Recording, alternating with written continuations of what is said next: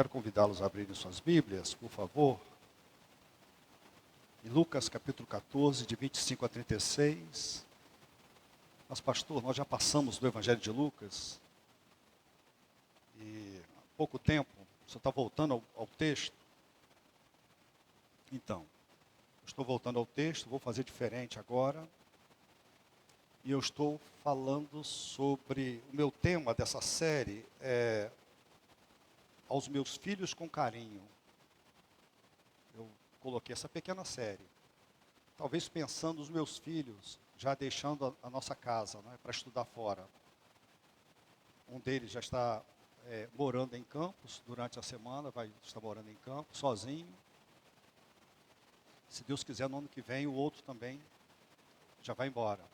Então eu estou falando para ele, dando conselho de coisas fundamentais para eles, mas na realidade estou dando esse conselho para toda a igreja, especialmente para os irmãos que estão chegando aqui para a igreja, que estão nos conhecendo agora, tá bom?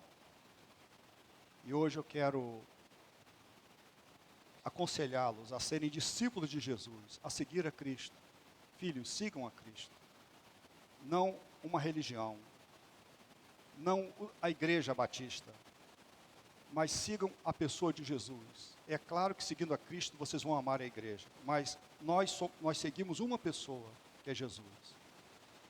E Provérbios capítulo 4, de 10 a 13, diz assim: ouça, meu filho, e aceite o que digo, e você terá vida longa. Eu o conduzi pelo caminho da sabedoria e o encaminhei por veredas retas. Assim, quando você por elas seguir, não encontrará obstáculos quando correr, não tropeçará. Apegue-se à instrução, não a abandone, guarde-a bem, pois dela depende toda a sua vida. E o resultado que eu espero, a resposta desejada dele, se encontra em 3 de João, capítulo 1, versículo 4. Aliás, 3 de João só tem um capítulo. Versículo 4 de 3 João. Não tenho alegria maior do que ouvir que meus filhos estão andando na verdade. Essa é a maior alegria de um pai, essa é a maior alegria de um pastor. Saber que os seus irmãos, que ele está servindo para a honra de Cristo, estão andando na verdade.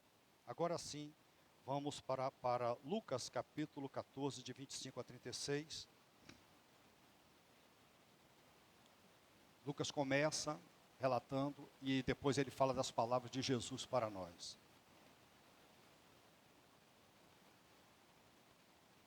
Uma grande multidão ia acompanhando Jesus. Este, voltando-se para ela, disse: se alguém vem a mim e ama seu pai, sua mãe, sua mulher, seus filhos, seus irmãos e irmãs, e até a sua própria vida, mais do que a mim, não pode ser meu discípulo.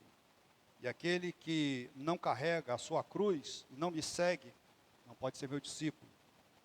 Qual de vocês, se quiser construir uma torre, primeiro não se assenta e calcula o preço, para ver se tem dinheiro suficiente para completá-la?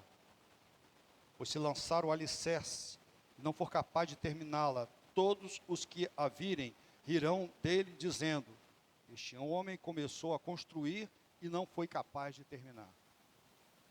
Ou qual é o rei que, pretendendo sair à guerra contra outro rei, primeiro não se assenta e pensa se com 10.000 homens é capaz de enfrentar aquele que vem contra ele com 20.000? Se não for capaz, enviará uma delegação enquanto o outro ainda está longe e pedirá um acordo de paz. Da mesma forma, qualquer de vocês que não renunciar a tudo o que possui, não pode ser meu discípulo. O sal é bom, mas se ele perder o sabor, como restaurá-lo? Não serve nem para o solo, nem para adubo, é jogado fora. Aquele que tem ouvidos para ouvir, ouça. Vamos orar. Querido, nós estamos na presença do Senhor, reunidos como o Senhor nos ensinou. E nós aprendemos que nós somos povo teu e ovelhas do teu pastoreio. E nós viemos aqui para nos alimentar da tua palavra. Meu Deus, ajuda-nos, abra nossas mentes, nossos corações, para recebermos o teu alimento, para ouvirmos a tua voz e para obedecermos a tua vontade. Oramos assim no nome de Jesus. Amém.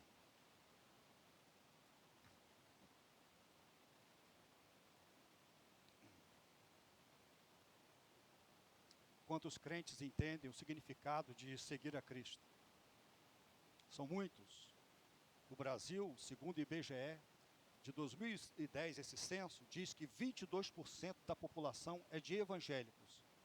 Se pensar em cristãos, então chega a 70%. Isso em 2010.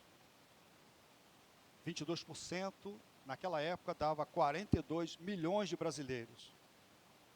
Como seria o Brasil, pastor Ackley, se todos os crentes que se dizem evangélicos, eles praticassem o que Jesus ensinou de fato no que nós lemos e no que nós vamos expor agora.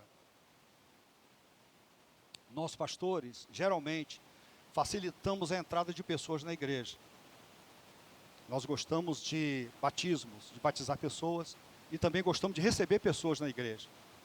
E nós ficamos felizes quando a igreja cresce. Todos nós gostamos. E penso que esse é um dos nossos maiores erros como pastores. Porque nesse afã de ter membros na igreja e de ter mais crentes, nós acabamos aceitando muitas pessoas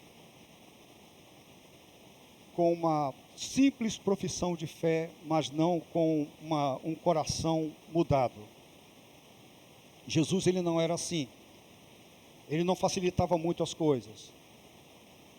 Lá no capítulo 9 de Lucas, 23 a 26, ele dizia a todos: se alguém quiser acompanhar-me, negue-se a si mesmo, tome diariamente a sua cruz e siga-me. Pois quem quiser salvar a sua vida, a perderá, mas quem perder a sua vida por minha causa, este a salvará. Pois que adianta ao homem ganhar o mundo inteiro e perder-se ou destruir a si mesmo? Se alguém se envergonhar de mim e das minhas palavras, o Filho do Homem se envergonhará dele quando vier em sua glória e na glória do Pai e dos santos anjos. Então Jesus fala que o caminho do discipulado tem autonegação, tem cruz. Não é fácil a vida do crente, a vida do discípulo.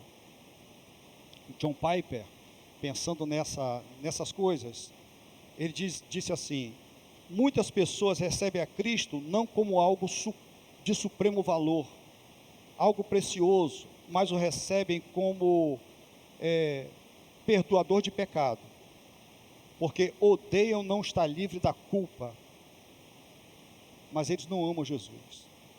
Eles os recebem como aquele que o resgatou do inferno, porque eles não querem queimar no inferno. Eles o recebem como curandeiro, porque amam estar livres de doenças. Eles o recebem como protetor, porque amam estar seguros. Eles recebem a Cristo como Senhor da prosperidade, porque eles amam o dinheiro. Eles não recebem como algo supremo, algo de supremo valor pessoal para eles. Eles não recebem como o mais glorioso, belo, maravilhoso e todo suficiente, mais do que tudo no universo, aquilo que nos é mostrado no Evangelho claramente. Certamente Piper estava pensando em Mateus 13, quando Jesus ensinou naquelas parábolas do reino, e eu gosto muito dessas duas parábolas, pequenas parábolas, que Jesus falou o seguinte: o reino dos céus é como um tesouro escondido num campo. Certo homem, tendo encontrado, escondeu de novo, e então, cheio de alegria, foi, vendeu tudo o que tinha e comprou aquele campo. O reino dos céus também é como um negociante que procura pérolas preciosas.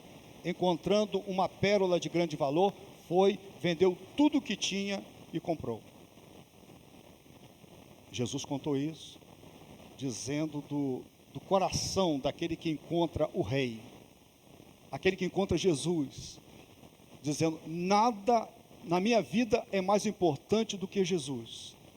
Eu tenho muitas coisas de valor na minha vida. Eu tenho minha família, eu tenho meu trabalho, eu tenho meu lazer, eu tenho meus dons e talentos, eu tenho meus sonhos, eu tenho meus alvos. Mas eu agora encontrei algo que supera tudo isso. E agora acima de tudo isso que eu tenho, está o Rei. E eu faço qualquer coisa para priorizar o Rei. Foi isso que Jesus ensinou. Então, o que significa ser crente? Como alguém pode entrar no reino de Deus? Como alguém pode receber o perdão? Como alguém pode chegar ao céu? O próprio Jesus, é Ele que vai nos dar essa aula nesse momento. Então, ouça, eu vou ler palavras de Jesus e vocês vão me ajudar prestando atenção. Versículo 25, fala que uma grande multidão ia acompanhando Jesus, e este, voltando-se para ela, disse. Nós sabemos, nós já estudamos Lucas, que Jesus estava ali, foi uma mudança no ministério de Jesus. Agora da Galiléia, ele vai agora se dirigir para Jerusalém com um alvo. Ele está resolutamente se dirigindo para Jerusalém. Lá em Lucas capítulo 9, 51, diz que aproximando-se o tempo em que seria elevado ao céu, Jesus partiu resolutamente em direção a Jerusalém. Significa que antes de ir para o céu, a sua ascensão, Lucas sabe, ele vai escrever sobre isso, Jesus passaria pela morte, ele seria sepultado e ressuscitaria. Então, ele estava indo para Jerusalém com uma meta: salvar o seu povo, morrer no nosso lugar. Essa era a meta. Então, no caminho, Jesus vai ensinando muitas coisas, e ele fala muito sobre discipulado, sobre a questão de seus seguidores. Aliás, é bom que se diga que ser crente e ser discípulo são conceitos sinônimos, são palavras sinônimas. Eu sou crente, então logo você é um discípulo.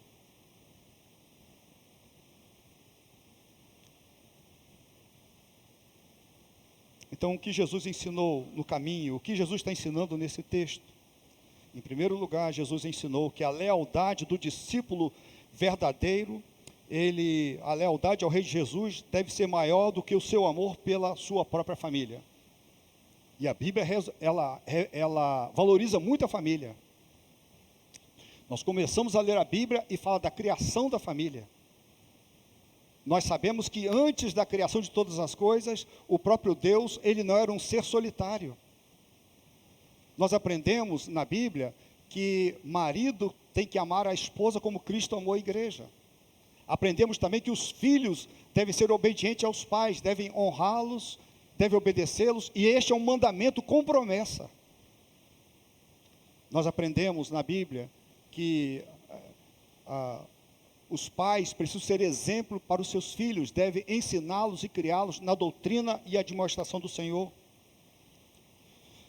E Paulo ensina lá em 1 de Timóteo capítulo 5, versículo 8, que se alguém não cuida de seus parentes, e especialmente dos da sua própria família, negou a fé e é pior do que um descrente. Porém, versículos 25 e 26, diz assim: Jesus, Lucas está falando de Jesus, voltando-se para aquela multidão, disse: se alguém vem a mim e ama seu pai, sua mãe, sua mulher, seus filhos, seus irmãos e irmãs, até a sua própria vida, mais do que a mim, não pode ser meus discípulos. Ou seja, quando relacionamentos familiares se colocam contra as exigências do Rei Jesus, a escolha do crente é clara: obedecerei a Jesus. Então, naquela época, Jesus está falando aqui ali na Judéia, né? Ele está saindo da Galiléia, indo para a Judéia, e quando a pessoa, um judeu, se tornava discípulo de Jesus, seguidor de Jesus, ele já era, assim, alienado da família. Nós lemos que em alguns casos ele era expulso da sinagoga, não podia entrar, era excluído da igreja dele, gente. Então não era fácil. Então, muitos pais diziam: então de hoje em diante você não é mais meu filho. Muitas mulheres eram abandonadas por causa disso. Então, Jesus está falando, nesse contexto. Se alguém disser assim, naquela época dissesse, olha só, se você quer Jesus como seu Senhor, então você pode sair da minha casa. Você não quer que você more aqui. Talvez numa pequena aldeia dissesse: a gente não quer nem que você more aqui na nossa aldeia. Você lembra que Jesus foi expulso da sua própria cidade. Então esse é o contexto. Nem sempre o nosso compromisso com Cristo vai redundar em paz e concórdia. Olha lá em Mateus capítulo 10, 34 a 37. Não pense que vim trazer paz à terra. Não vim trazer paz, mas espada. Pois vim para fazer que o homem fique contra seu pai, a filha contra sua mãe, a nora contra sua sogra. Os inimigos do homem serão da sua própria família. Quem ama seu pai ou sua mãe mais do que a mim, não é digno de mim. Quem ama seu filho ou sua filha mais do que a mim, não é digno de mim. Pastor, como juntar essas coisas? Eu acho que vocês já juntaram na cabeça de vocês, não é? Nós preservamos a família, nós amamos a família, mas quando alguém da família diz assim: ou eu ou Cristo, então olha só, é Cristo. Eu vou seguir a Cristo. Amo muito, papai, eu te amo muito, mas eu vou seguir a Cristo. Ele é o meu rei, Ele é o meu Senhor. Foi Ele que me deu o Senhor, a minha casa, a minha família. Então, essa é a primeira exigência. Segundo lugar, a lealdade dos discípulos verdadeiros de Jesus Cristo deve ser maior do que o amor por sua própria vida. Versículo 26. E quem ama até sua própria vida mais do que a mim, não pode ser meu discípulo. E eu lembrei do apóstolo Paulo, na pregação da semana passada, quando ele se despede dos pastores da cidade de Éfeso. Agora, compelido pelo Espírito, estou indo para Jerusalém sem saber o que me acontecerá ali. Só sei que em todas as cidades o Espírito Santo me avisa que prisões e sofrimentos me esperam. Todavia, não me importo, nem considero a minha vida de valor algum para mim, de valor para mim mesmo, se tão somente puder terminar a corrida e completar o ministério que o Senhor Jesus me confiou de testemunhar do Evangelho da graça de Deus. A minha vida não é preciosa para mim. Eu tenho algo superior, que é maior do que a minha vida, do que a minha segurança, do que o meu conforto. Eu tenho algo superior. Jesus falou: se alguém não aborrece a própria vida, amando a Jesus em primeiro lugar, esse não pode ser seu discípulo. Ele diz: não pode, ele repete. Terceiro lugar, o discípulo verdadeiro carrega a sua cruz e o segue. Versículo 27, aquele que não carrega a sua cruz e não me segue, não pode ser meu discípulo. Nós sabemos que a cruz não é uma doença. Eu tenho uma cruz, eu tenho artrose, eu tenho artrite, eu tenho uma doença congênita, essa é a minha cruz. Não. Também não é um parente difícil, um marido difícil, esse marido é minha cruz. Ou um filho rebelde, esse filho é minha cruz. Não é isso. Não é o ambiente de trabalho, ou o trabalho difícil que nós executamos. A cruz, esses são fardos, a Bíblia chama de fardos, mas a cruz não é isso. Quando um homem no primeiro século, ele carregava uma cruz, escoltado por soldados romanos, uma coisa vocês podiam ter certeza, ele não voltava mais para casa. Não voltava mais. Quando alguém, ele carregava a sua própria cruz, indo escoltado por soldados, esse camarada não volta mais. Porque a cruz era um instrumento de morte. Jesus está dizendo, quando você decide por mim, você deve estar disposto a morrer por mim. Carregar a cruz e seguir a Cristo significa que a sua vida, suas ambições, as suas esperanças foram definitivamente entregues ao Rei Jesus. Quarto lugar, o discípulo verdadeiro é alguém que calculou o custo do discipulado e decidiu sabiamente pagá-lo. Versículos aí de 28 a 30. Qual de vocês, se quiser construir uma torre, primeiro não se assenta e calcula o preço para ver se tem dinheiro suficiente para completá-la? Pois se lançar o alicerce e não for capaz de terminá-la, todos os que a virem, rirão dele, dizendo: este homem começou a construir e não foi capaz de terminar. Naquela época, e também na nossa, era uma grande desonra você começar uma grande obra e você não terminar por falta de organização e de administração, que é o que está acontecendo aqui.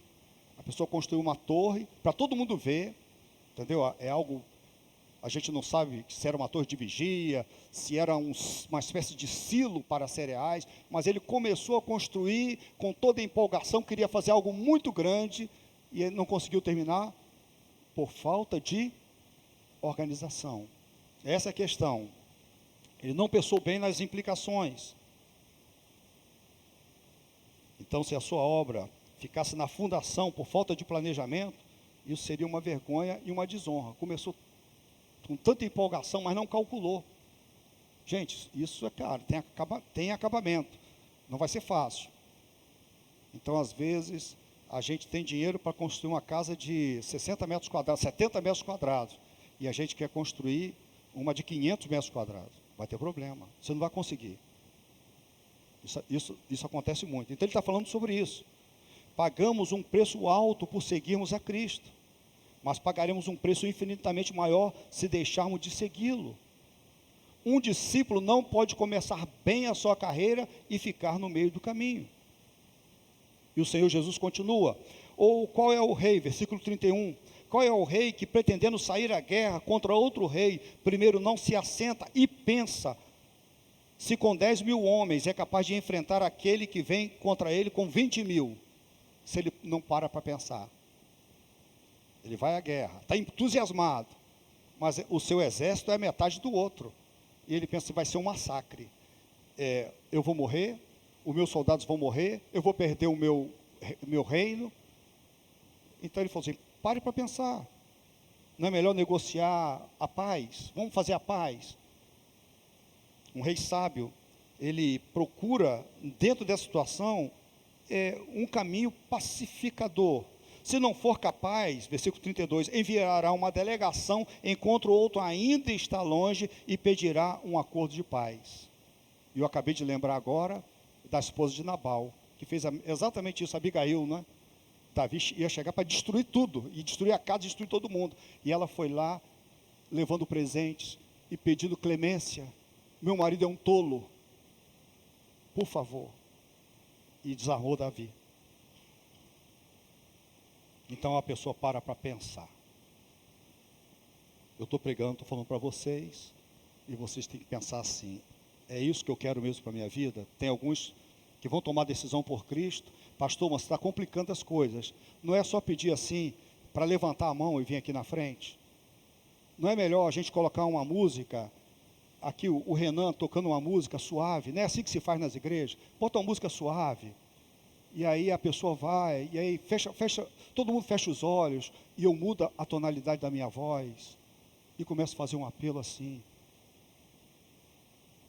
olhe para Jesus, Ele morreu por vocês, Ele morreu na cruz, entregue a sua vida para Ele. Pobre Jesus, será que Ele morreu em vão? Não é isso que se faz? Eu quero perguntar para vocês que estão me acompanhando, se esse é o tom do próprio Jesus quanto ao discipulado, se Ele não está complicando as coisas. Isso nós pastores não facilitamos as coisas, e não é à toa, não é por acaso, o tipo de crente que a gente tem. 22% da população, 42 milhões de crentes em 2010, e com a qualidade de crente que vocês convivem com eles, que está no emprego de vocês, que está na família de vocês, que está na rua, que está nas ruas. Que tipo de crentes são esses? Não, eu não me admiro, Joel. O problema está aqui. Onde está o problema, pastor? Está aqui. Está na nossa pregação, e está na recepção de membros da igreja. Eu e Iac ficamos muito felizes, porque a igreja que está recebendo Roginho e Angélica, ela é mais exigente do que a nossa, Rogério. Ela é mais exigente do que a nossa para receber membros. E aí, nós ficamos felizes, e o Acre falou que coração com coração, nós temos que aprender com eles. Nós temos que ser mais rigorosos. Por quê? Porque Jesus é mais rigoroso. Não pode ser meu discípulo. Jesus está falando, não pode. Quem ama mais a própria vida, quem ama mais a família, entendeu? Quem ama, então, mais o lazer, quem ama mais as coisas, ama mais o carro, quem ama enfim, não pode ser seu discípulo. É uma exigência de Jesus.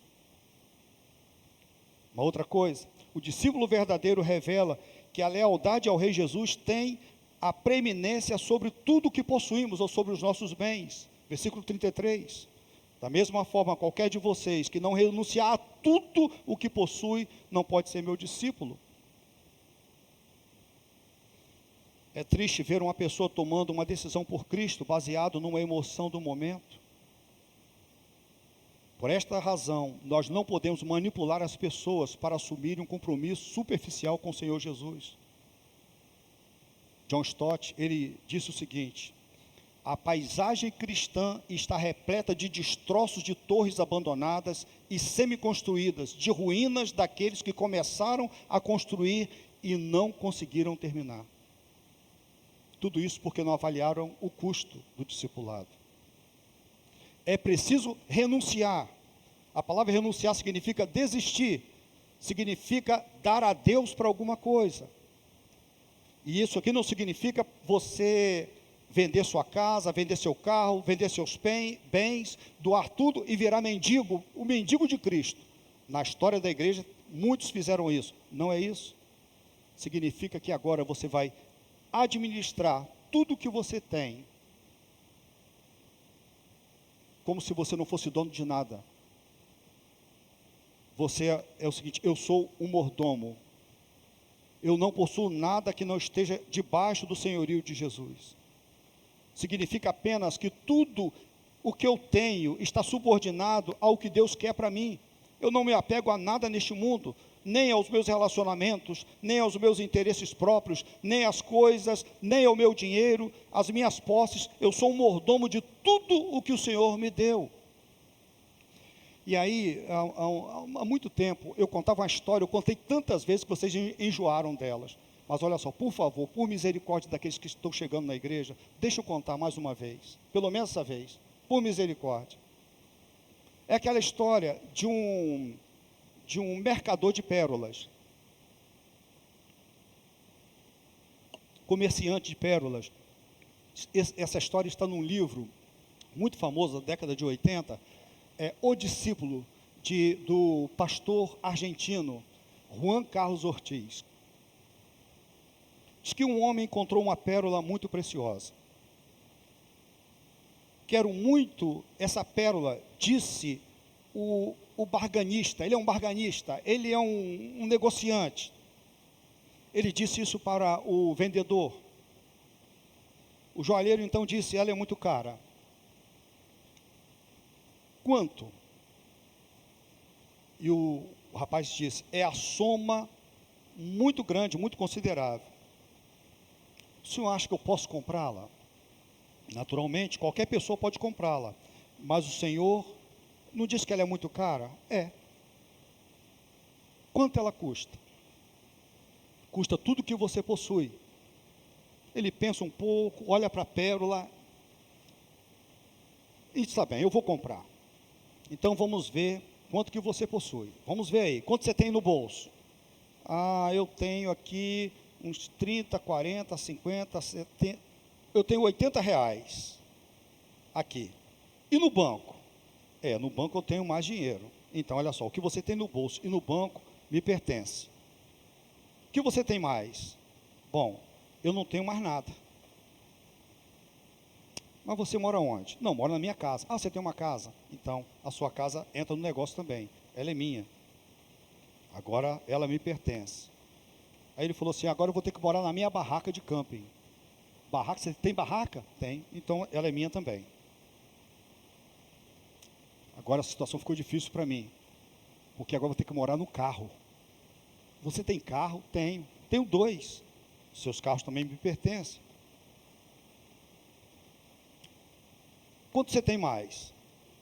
Bem, o senhor já tomou meu dinheiro, minha casa, meus carros, minha barraca de camping. O que o senhor quer mais? Você é só no mundo? Não, eu tenho mulher e filhos. Então sua esposa e seus filhos agora também me pertencem, em troca da pérola. O que você tem mais? Agora eu não tenho mais nada. Agora eu só tenho eu, a minha vida. Então a sua vida também me pertence. Ah, você me pertence, sua mulher, seu carro, seus bens, seus filhos, mas olha só, eu deixarei que você fique com essas coisas por enquanto, mas não se esqueça de que elas são minhas, assim como você também é. E quando eu precisar de qualquer uma delas, você terá que me entregar, pois eu sou o proprietário de tudo. E tudo aquele homem deu para conquistar aquela pérola de grande valor. Assim é a vida da gente. Tudo que nós temos pertence a Cristo. Nós tomamos conta, nós somos administradores para a glória dele, mas nós não somos donos de nada. Discípulo verdadeiro não vive e não morre sem sentido. Versículo 34, 35, olha aí.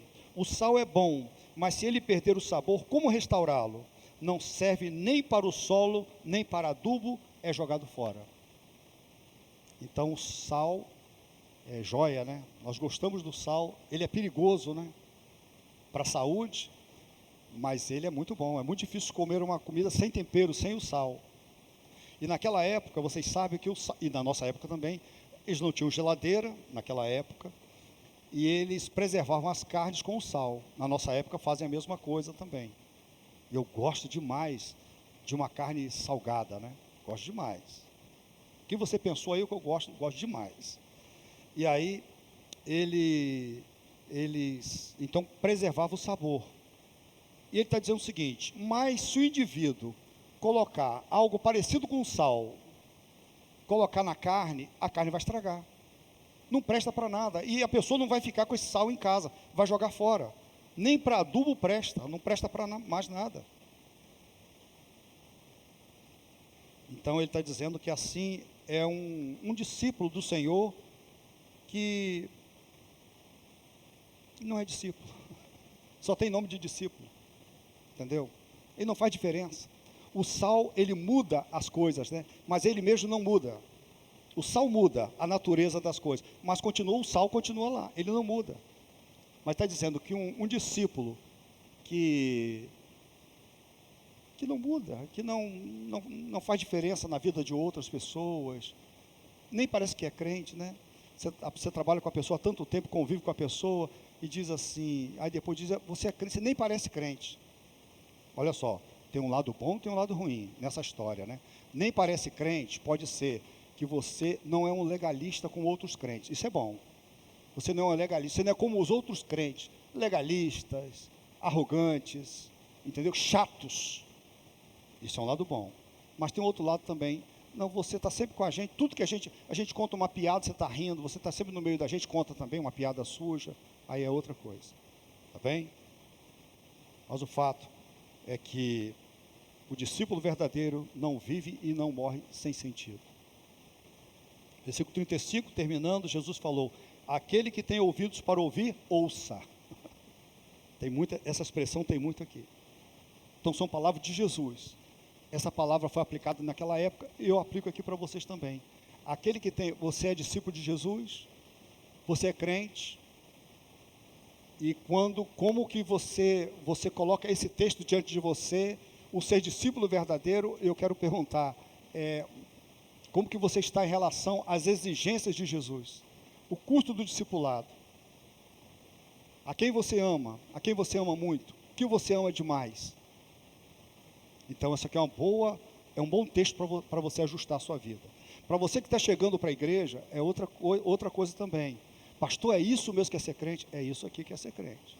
Mas na outra igreja eu ouvi que é só aceitar Jesus e levantar a mão e ser batizado, já é crente. Bom, não é bem isso que Jesus fala. Ok?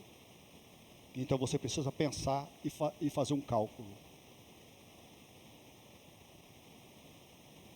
Quando Jesus reuniu com seus discípulos no Monte da Transfiguração, ele deu uma ordem clara. Aliás, o próprio Deus falou assim: enquanto ele estava falando, uma nuvem apareceu e os envolveu, e eles ficaram com medo ao entrarem na nuvem. Dela saiu uma voz que dizia: este é o meu filho, o escolhido, ouçam-no. O próprio Deus falou para a gente ouvir Jesus. Aquele que tem ouvidos, ouça a minha voz. E Deus fala: ouça o meu filho. É preciso ouvir primeiro o seu chamado, para abandonar os seus pecados. Então, meu filho, Jesus está chamando você para ser um discípulo verdadeiro. Jesus não chama você para ser um discípulo mais ou menos. Coloque Cristo acima de tudo, acima dos seus relacionamentos familiares, acima de mim mesmo como seu pai, acima de si mesmo, acima da sua própria vida. É necessário dizer não para nossos pecados favoritos. É preciso carregar sua cruz diariamente, morrer para suas opiniões, preferências, gostos, vontades, morrer para o mundo, sua aprovação ou censura, morrer para a aprovação até dos seus irmãos e amigos, e assim procurar apresentar-se aprovado diante de Deus. Calcule o preço. Quanto custa seguir a Cristo? Ele falou que custa. Quanto custa perder a Cristo? Aí é com vocês. Quanto custa perder a Cristo? Pois que adianta um homem ganhar o mundo inteiro e perder a sua alma? Ou que o homem poderá dar em troca da sua alma? Aquele que encontra o Rei Jesus, encontrou o maior tesouro dessa terra. Por isso que quando o apóstolo Paulo encontrou, ele disse: para mim, o viver é Cristo, e morrer é lucro, porque quando eu morrer, eu vou ver Jesus, como nós estudamos hoje. Eu vou ver Jesus, como o Hilda orou hoje, né? Eu vou ver Jesus, quando eu morrer, eu vou ver Jesus, eu vou abraçar Jesus, eu vou estar com Ele. Por isso, o morrer é lucro. Que tipo de sal é você? Você é crente que tem aparência de crente? Ou você é crente de verdade mesmo? O discípulo verdadeiro continua ouvindo Jesus. As minhas ovelhas ouvem a minha voz e eu as conheço, e elas me seguem. Eu lhes dou a vida eterna e elas jamais perecerão. Ninguém as poderá arrancar da minha mão. É isso que nós viemos fazer aqui, domingo após domingo. Ouvir a voz de Deus. É isso que vocês fazem quando vocês vão no grupo de comunhão. Ouvir Cristo. Porque nós precisamos ouvir a Cristo, e nós somos ovelhas de Cristo. As minhas ovelhas ouvem a minha voz e eu as conheço e elas me seguem. Quem tem os meus mandamentos e lhes obedece, esse é aquele que me ama. Resumindo, é inútil ser crente sem colocar os interesses de Cristo em primeiro lugar na nossa vida. Quais são os interesses que estão em primeiro lugar na sua vida? Você tem algo além de Cristo, acima de Cristo? Eu vou repetir, é inútil ser crente sem colocar os interesses de Cristo em primeiro lugar na vida. E outra coisa, Cristo não tem compromisso com crente sem compromisso. Entendeu? Eu sou pastor dessa igreja há muitos anos, 31 anos, né? 31 vai fazer, né? E para minha tristeza, eu tenho ovelhas sem compromisso com Cristo, que me amam, olha, me amam, mas não amam Jesus, não tem compromisso com Cristo. E eu quero repetir para vocês, minhas ovelhas queridas, guardem isso, escrevam isso nos seus corações. Cristo não tem compromisso com crente sem compromisso. Entendeu? Eu batizei você, é verdade. Você é membro dessa igreja há muito tempo, é verdade. Mas Cristo não tem compromisso com crente sem compromisso. Não reivindique as promessas de Cristo para a sua vida. Ah, ele tem promessa, Ele vai voltar, Ele vai me salvar, Ele vai me abençoar. Porque Ele não tem compromisso com crente que não tem compromisso. Jesus Cristo, Ele é a verdade. Queridos filhos, amem essa verdade. Não se desviem dessa verdade. Perseverem nessa verdade. Porque não tenho alegria maior do que ouvir que meus filhos estão andando na verdade.